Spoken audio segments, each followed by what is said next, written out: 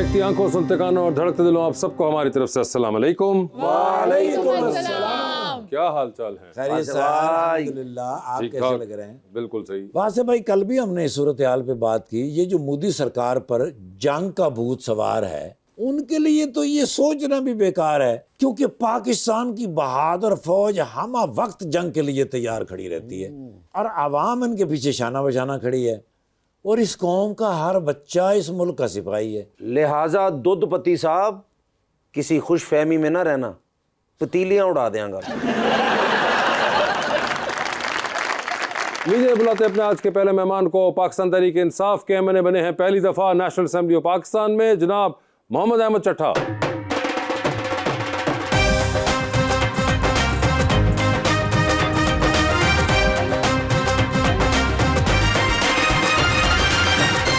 और उनका साथ देने के लिए हमारी दूसरी मेहमान, life coach, therapist and surgeon doctor Shabana मुफ्ती।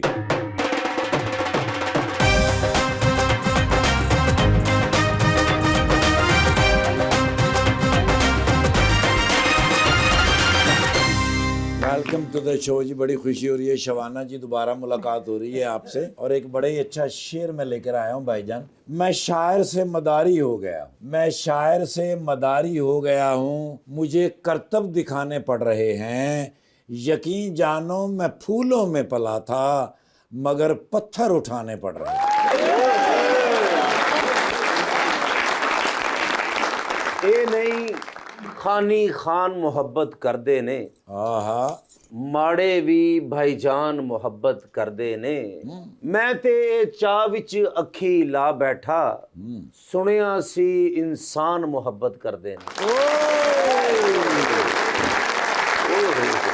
जी अहमद, क्या हाल चाल है आपके? जी बिल्कुल ठीक ठाक। खैरियत से हैं? आप खैरियत से हैं? पहली दफा नेशनल असेंबली, जी बिल्कुल। मगर उसकी तगो-दो आपने बहुत अरसा की है। बहुत अच्छा जी, बड़ी लंबी स्ट्रगल। 2013 में आपने इलेक्शन लड़ा, 2000 उसके बाद 16 में भी एक बाय इलेक्शन लड़ा, फिर 2018 में लड़ा, एंड इवेंचुअली जी 2023 में बस जी, जाके। जब अल्लाह ताला को मंजूर हो तो उसी वक्त कबूलियत होती है। वैसे मुझे ये बताइए कि आपकी फैमिली भी पॉलिटिक्स में इतने ऑलमोस्ट सेंचुरी हो चुकी है। आपके दादा प्री पार्टीशन भी रहे, वालिद साहब आपके 5-6 दफा इलेक्शन जीते हुए माशाल्लाह चट्टा साहब। आप जब आए तो it didn't become so smooth for you, तो उस वक्त कुछ होता था कि यार ये मेरी बारी आके कुछ स्टॉपेज सा लग गया एकदम?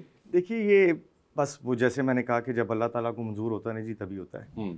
तो इंसान अपनी हिम्मत और हौसला बुलंद रखे, कोशिश करे, मुखलिस दोस्तों का साथ हो, इंसान अपनी मंजिल तक पहुंच जाता है। तो बस ये इस फेज़ में से हम गुजरे, मेहनत की। हमारे यहाँ जो सेंट्रल पंजाब है जिसमें गुजरांवाला आता है, यहाँ पर कुछ हालात वाक़यात जो थे, क्योंकि मैंने जब स्टार्ट किया था 13 में, तब इंडिपेंडेंटली स्टार्ट किया, फिर मैं इमरान खान साहब के साथ पीटीआई में आ गया और तब से साथ चल रहे हैं। तो एक बड़ी लंबी चौड़ी इसमें आप समझ लें कि एक स्ट्रगल इन्वॉल्व थी। जो हमारे खित्ते का एटमॉस्फेयर था, जो हमारे इर्द गिर्द के रिजल्ट्स थे, उस वक्त तमाम तर जितनी भी कौमी असम्बली और सूबाई असम्बली की नशस्तें इन इलेक्शंस के दौरान जो हैं, वो तकरीबन सारी की सारी जो हमारी मुखालिफ पार्टी है PMLN, उनकी तरफ ही जा रही थी थ्रू आउट दिस टेन्योर। तो अल्हम्दुलिल्लाह मैं तो समझूंगा कि ये सबसे बड़ा क्रेडिट इसमें हम लोगों की कामयाबी में, गुजरांवाला ओवरऑल में पाकिस्तान तहरीक इंसाफ की जो कामयाबी है, उसका क्रेडिट तो जाता है इमरान खान साहब को, उनके नज़रिए को। उनके नज़रिए की वजह से आज हम सबको कामयाबी मिली है। और इतनी लंबी स्ट्रगल का नतीजा ये है कि गुजरांवाला रीजन में आज मेजॉरिटी सीटें जो हैं वो पाकिस्तान तहरीक इंसाफ की। और सर तुसी वो कैंपेन की थी कि तुसी भी इश्तिहारी से? मैं भी इश्तिहारी सिर्फ बुंजा को परचे ने बस। और अहमद भाई टेलीफोन कर दे सी, तुसी जलसा करो, मेरा ना दसना मैं किथे। बस हम टेलीफोन पे कैंपेन चली है।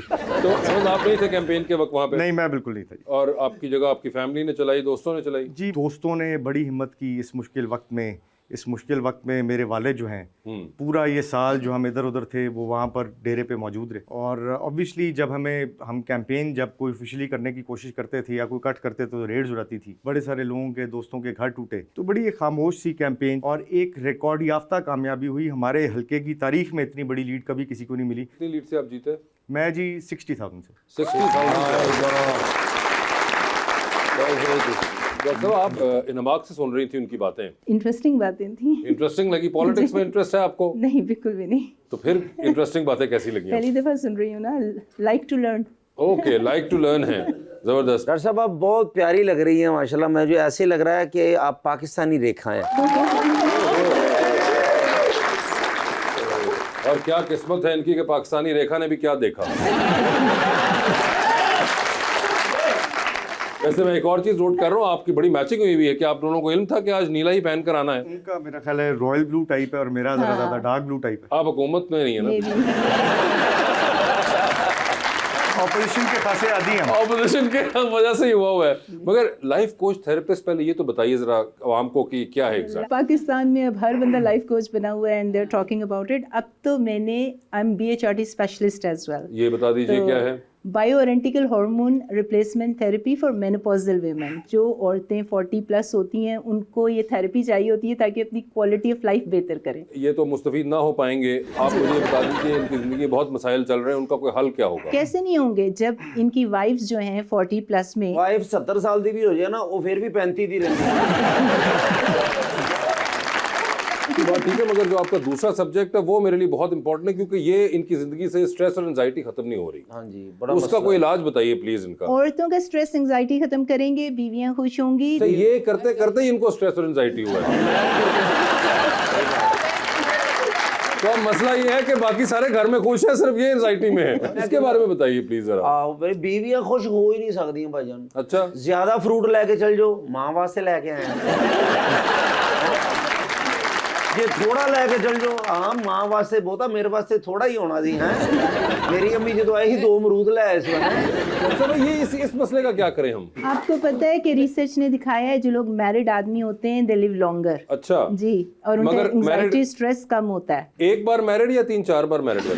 आपकी मर्जी है। नहीं मर्जी नहीं, मैं तो साइंस के हिसाब से पूछ रहा हूँ। आपने एक क्लेम डाला तो मैंने उस पर काउंटर वो। रिसर्च करने वालों की एक ही शादी है, इन्होंने रिसर्च करके बताया है कि हैप्पीली मैरिड आदमी लिव लॉन्गर। जैसा कि आपने कहा कि आजकल सोशल मीडिया पे सब डॉक्टर बने हुए हैं, तो आपके पास लोग गूगल सर्च भी करके आते होंगे, उसको आप किस तरह से टैकल करती हैं? नहीं डॉक्टर नहीं बना, मतलब डॉक्टर तो डॉक्टर ही होता है, तो MBBS होता है या बाहर की कंट्रीज में MD होता है। नहीं मगर डॉक्टर गूगल के जो फवायद हैं उससे तो तमाम मुस्तफीद हो रहे हैं ना पता है, बड़ी अच्छी बात है क्योंकि उससे ये होता है जिस तरह मैंने अभी ये बायोआइडेंटिकल हार्मोन्स का बताया ना, और मैंने इतनी एजुकेशन दी पेशेंट्स को कि थ्रू मीडिया, सोशल मीडिया इतनी अवेयरनेस मैंने फैला दी पहले से कि डॉक्टर्स को मैंने मजबूर कर दिया कि दे नीड टू अपडेट अपना मशीनरी सारी, अपनी रिसर्च ओरिएंटेड बने। तो सोशल मीडिया के बहुत फ़वाइद हैं, इट डिपेंड्स कि आप यूज़ कैसे कर रहे हो। अगर सोशल मीडिया पे हर चीज़ अवेलेबल है तो इन पर्सन थेरेपिस्ट होना कितना इंपॉर्टेंट है और आगे जाके कितना रेलेवेंट रहेगा? नहीं, ये थोड़ा होता है कि सोशल मीडिया से आपका इलाज हो जाएगा। वो तो जब बाकायदा हिस्ट्री होती है और जो डायग्नोसिस होता है तो डॉक्टर ही कर सकता है ना। और सोशल मीडिया तो इलाज करना भी नहीं चाहिए, जिथे नेट गया उथे इलाज खत्म। अहमद भाई, ये मैं आपको सच में, डॉक्टर साहब ने मुझे ये बोला है, इन्होंने कहा कि शादियां ज्यादा मर्द को करनी चाहिए।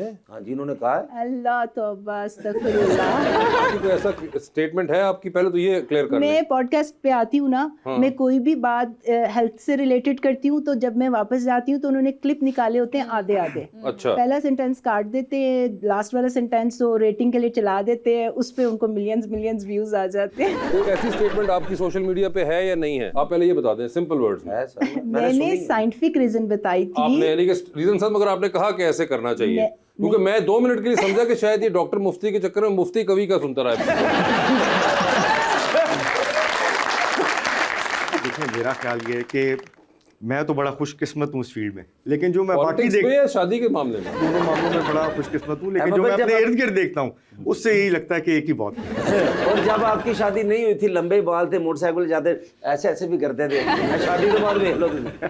ये क्या इसमें कोई सच्चाई है? आप ऐसे करते थे? नहीं, मेरे शादी से बहुत पहले यही हाल था।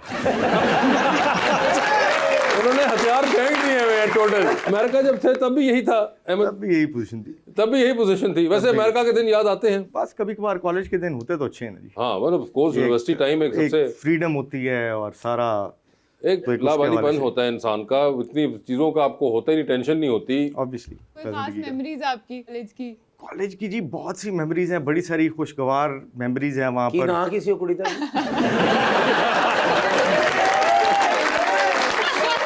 सारी गल्लां ना पूछ लो।